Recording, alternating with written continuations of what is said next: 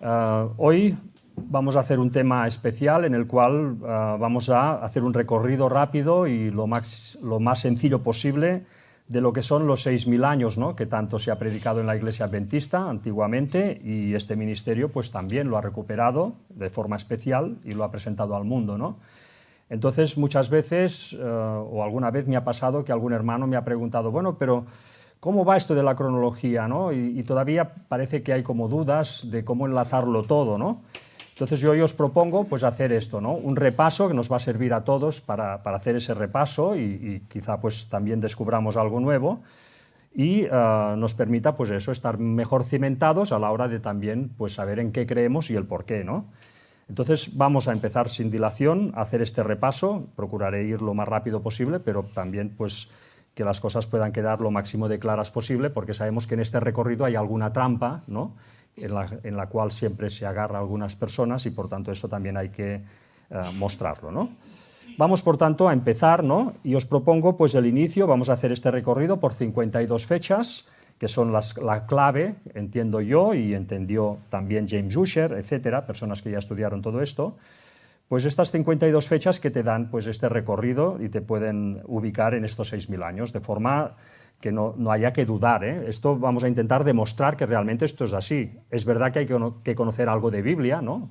Pero bueno, las personas que ya están iniciadas en el mundo bíblico pues pueden tener una forma de entender este tema y de abrazarlo con la ayuda de Dios, ¿no? Vamos a empezar por la primera fecha, ¿no? Para ubicar los 6.000 años, la primera fecha es el otoño del 457 a.C. En esos momentos sabemos que se produce el hecho en el cual pues, el rey Artajerjes emite la orden definitiva para restaurar Jerusalén. En esos momentos, este sería el primer punto de partida, el otoño del año 457 a.C. Nos dice Esdras 7, del 11 al 13, esta es la copia de la carta que dio el rey Artajerjes al sacerdote Esdras, escriba versado en los mandamientos de Jehová y en sus estatutos a Israel. Artajerjes, rey de reyes, a Esdras, sacerdote y escriba erudito en la ley del Dios del cielo, paz.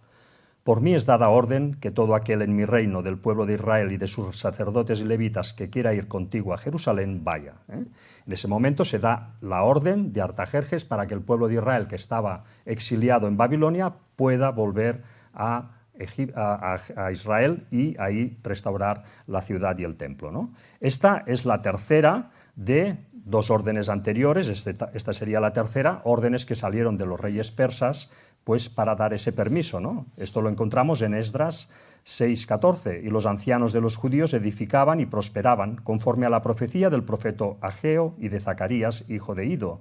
Edificaron pues y terminaron por orden del Dios de Israel y por mandato de Ciro, de Darío y de Artajerjes, rey de Persia. Por tanto, aquí tenemos una fecha, la primera fecha, el 457 a.C., en el cual se da esta orden definitiva, última, para que el pueblo de Israel volviera a Israel. Esto es una fecha histórica, es una fecha que la historia oficial, digamos, la cronología del mundo, pues acepta plenamente, ¿no?, el 457 como ese momento, ¿no? Lo vemos, por ejemplo, en un medio como la Wikipedia, donde nos dice que en el 457 a.C. la salida de la orden para restaurar y edificar a Jerusalén por orden de Artajerjes I se produjo, ¿no? Por tanto, ya tenemos ese primer anclaje, esa primera fecha. A partir de aquí vamos a construir esta cronología de los 6.000 años. La segunda fecha es el bautizo de Jesucristo en el otoño del año 27. En el otoño del año 27 Jesucristo es bautizado, se bautiza. Juan el Bautista lo bautiza en el Jordán. Esta sería la segunda fecha. ¿De dónde sale esta segunda fecha? ¿Por qué estamos seguros que esto fue en el año 27, en otoño del año 27? Bueno, lo tenemos en Daniel 9:25. Nos dice, sabe pues y entiende que desde la salida de la orden para restaurar y edificar a Jerusalén, que es la orden que hemos visto antes, hasta el Mesías príncipe habrá 7 semanas y 62 semanas. Por tanto, aquí os pongo 7 más 62, tenemos 69 semanas. Entre la salida de la orden y el bautizo de Jesús, que sería cuando, digamos, se mostraría el Mesías príncipe, nos dice la profecía de Daniel que pasarían 69 semanas, que por 7 días son 483 días, por tanto 483 años proféticos, ¿de acuerdo? Entonces, por tanto, ya tenemos que el Mesías empezaría su ministerio 483 años después de la orden de Artajerjes. Esto ya nos pone otra fecha absoluta, ¿eh? La orden de Artajerjes se produjo en el 457 a.C., le sumamos estos 483 años de la profecía de Daniel, nos vamos al 27 después de Cristo, lógicamente sin contar el año cero, porque yo me he encontrado gente erudita, teóricamente, en profecías, ¿no?, que luego se olvidan de restarle el año cero y se van pues a que Cristo empezó su ministerio pues antes y fue crucificado antes, ¿no?, en el año 30, por tanto hay que ir con cuidado con el año cero. Nosotros tenemos, por tanto, la segunda fecha absoluta. El año 27, Cristo empieza su ministerio, es bautizado. Además, esto nosotros sabemos que fue en otoño, ¿eh? Esto es importante también, ¿eh?, saber si fue en otoño, fue en primavera, cuándo fue, ¿eh? Cristo fue bautizado en otoño porque recordemos que él fue crucificado en primavera, ¿eh? Nos dice Juan 19 al 31, entonces los judíos, por cuanto era la preparación de la Pascua, a fin de que los cuerpos no quedasen en la cruz en el día de reposo, pues aquel día de reposo era de gran solemnidad, rogaron a Pilato que se les quebrasen las piernas y fuesen quitados de allí. Por tanto, ya vemos claramente que Cristo murió en primavera, de eso no creo que nadie tenga duda, ¿no? Por lo tanto, la misma profecía de Daniel ya nos estaba diciendo que este sacrificio ocurriría a la mitad de la última semana de la profecía de Daniel, con lo cual sería, por tanto, un ministerio de 3 años y medio, ¿eh? Si Cristo inició su ministerio en el año 27, pues a la mitad de la semana, 3 años y medio después, es cuando es crucificado en primavera, ¿eh? Nos dice Daniel 9:27, y por otra semana confirmará el pacto con muchos.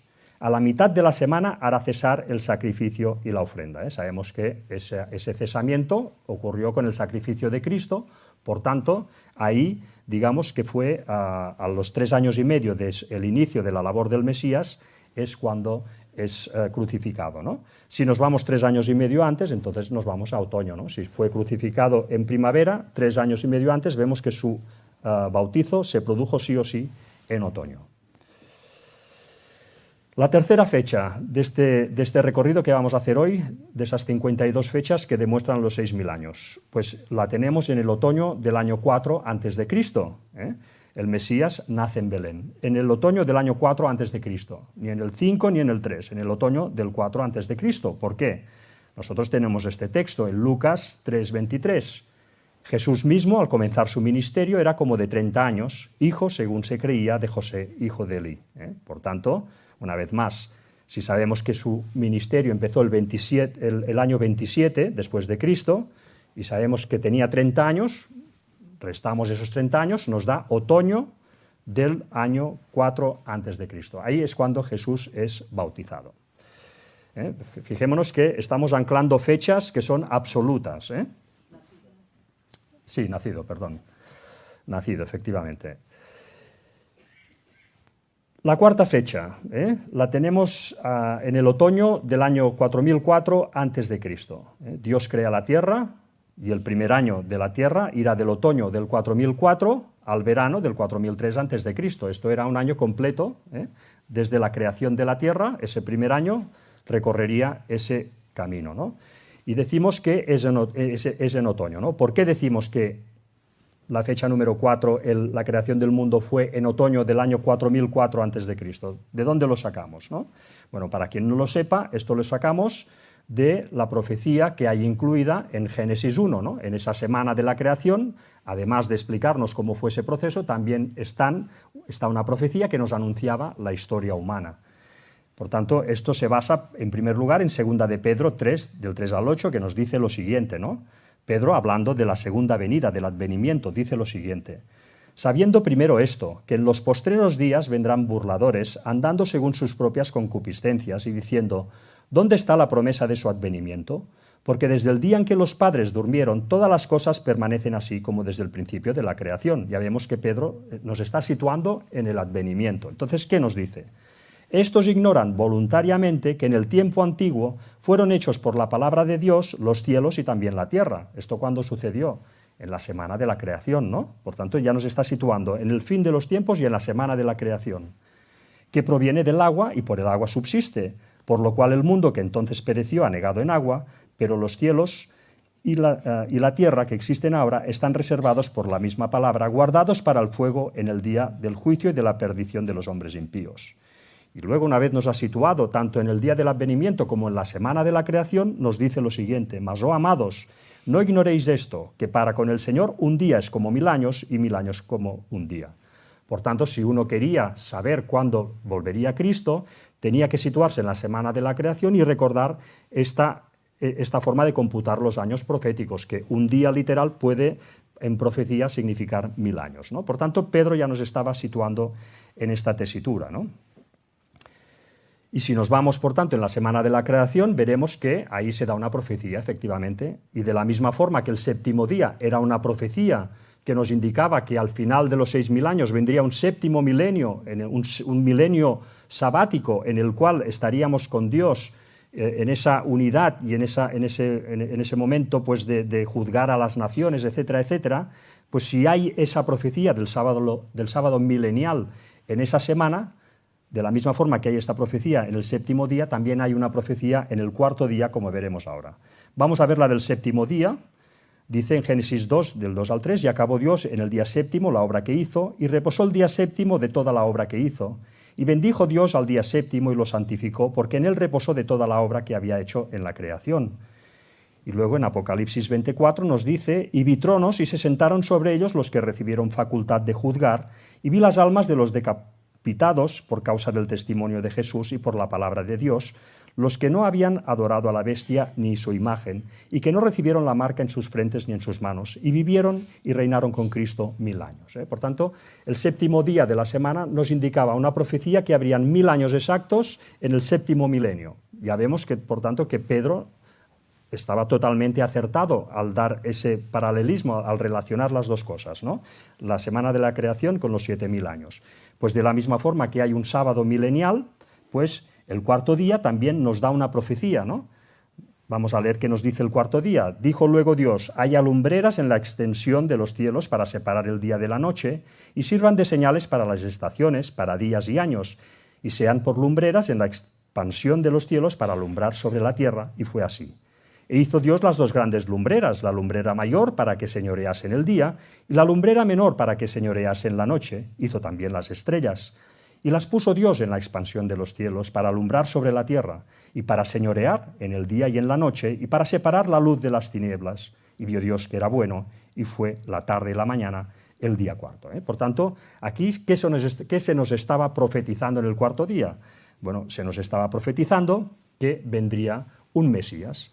El Mesías, en simbolismo, sabemos que tanto es el sol de justicia, por tanto, el cuarto día fue creado el sol, pues nos estaba indicando que el cuarto día, a los 4000 años, nacería un Mesías, ¿no? Por tanto, esta es la predicción que nos daba la semana de la creación. Nos dice en Malaquías 4:2, mas a vosotros, los que teméis mi nombre, nacerá el sol de justicia, y en sus alas traerá salvación, y saldréis y saltaréis como becerros de la manada. Vemos que Cristo es el sol de justicia.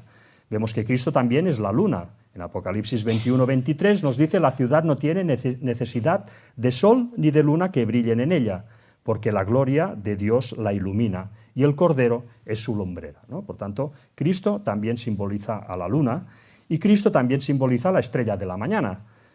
Nos dice Apocalipsis 22:16, yo Jesús he enviado mi ángel para daros testimonio de estas cosas en las iglesias. Yo soy la raíz y el linaje de David, la estrella resplandeciente de la mañana. Así que tenemos de forma irrefutable que en la Biblia hay una profecía en la primera semana, en la semana de la creación, que nos indica el futuro. Y estaba indicando que a los 4000 años nacería un Mesías, aparecería un Mesías en la tierra. Si nosotros hacemos la resta, ¿no? Pues nos vamos efectivamente que desde la creación a Cristo hay 4000 años. Por tanto, si sabemos que Cristo nació en el 4 antes de Cristo, lo hemos visto hasta ahora que es un dato irrefutable, pues si le restamos esos 4000 años que habían de pasar, nos vamos al otoño del 4004 antes de Cristo. Este es el planteamiento básico, ¿no? Cuando uno defiende los 6000 años, es este. Pero claro, ¿esto se puede demostrar con la cronología que hay en la Biblia? Cuando uno lee la Biblia, ve una cronología. ¿Se puede demostrar? O como dicen muchos, esto no es así, porque es más o menos. Ahora esto vamos a intentar demostrarlo, ¿no? En primer lugar, tenemos la quinta fecha importante, ¿no? Que es la caída